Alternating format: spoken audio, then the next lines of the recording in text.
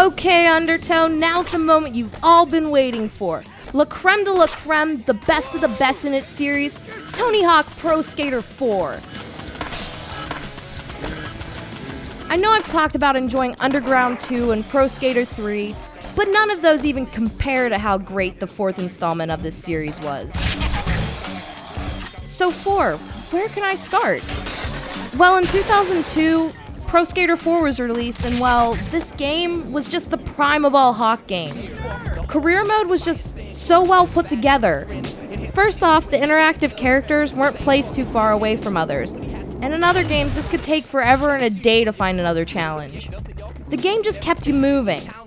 Depending on if you were doing street or vert tricks, all of your buttons allowed for doing different tricks with different combinations. And once you got your special bar full, and this was located at the top left corner, you could do your special tricks.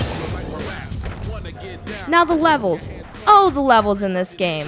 This one had some of the best from the series, like Alcatraz, Kona, Zoo, all the way to the Carnival. These levels had the right flow for any type of skater and looked so smooth on the GameCube.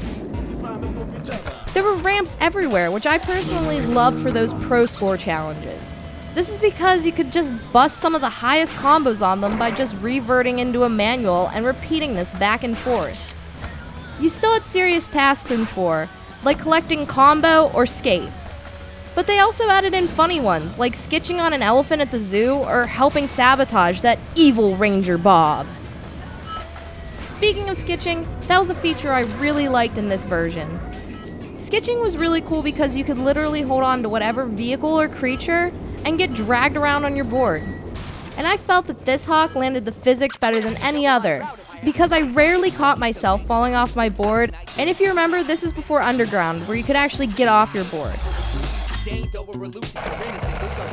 Now, characters in Pro Skater 4 had all the top skaters at the time, as it did in other games.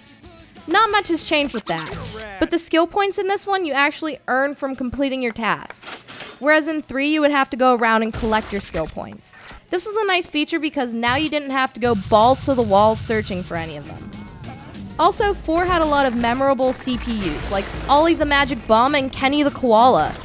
How could any of us Pro Skater fans live without these guys? I mean, really.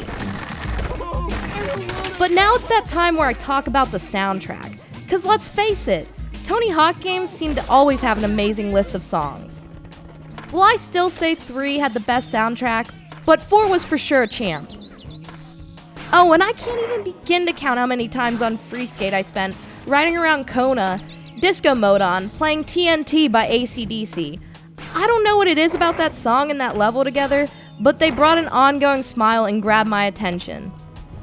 Now, after mentioning disco mode, I should probably explain to you what that is. Well, disco mode, along with many other cheats, could be purchased in the game with the cash you collect. When you collected enough, you could even get unlockable characters. Again, these guys love giving us Star Wars characters to skate as. Hint, hint. They also had a variety of awesome effects you could purchase in this after earning money, and I would honestly go back and buy them all once I had enough. Now, if you haven't played Tony Hawk Pro Skater 4, you really need to, now! Don't just sit there, go out and buy the game. It's worth every penny, and if you haven't played it, go back and do it again. You know you can't resist.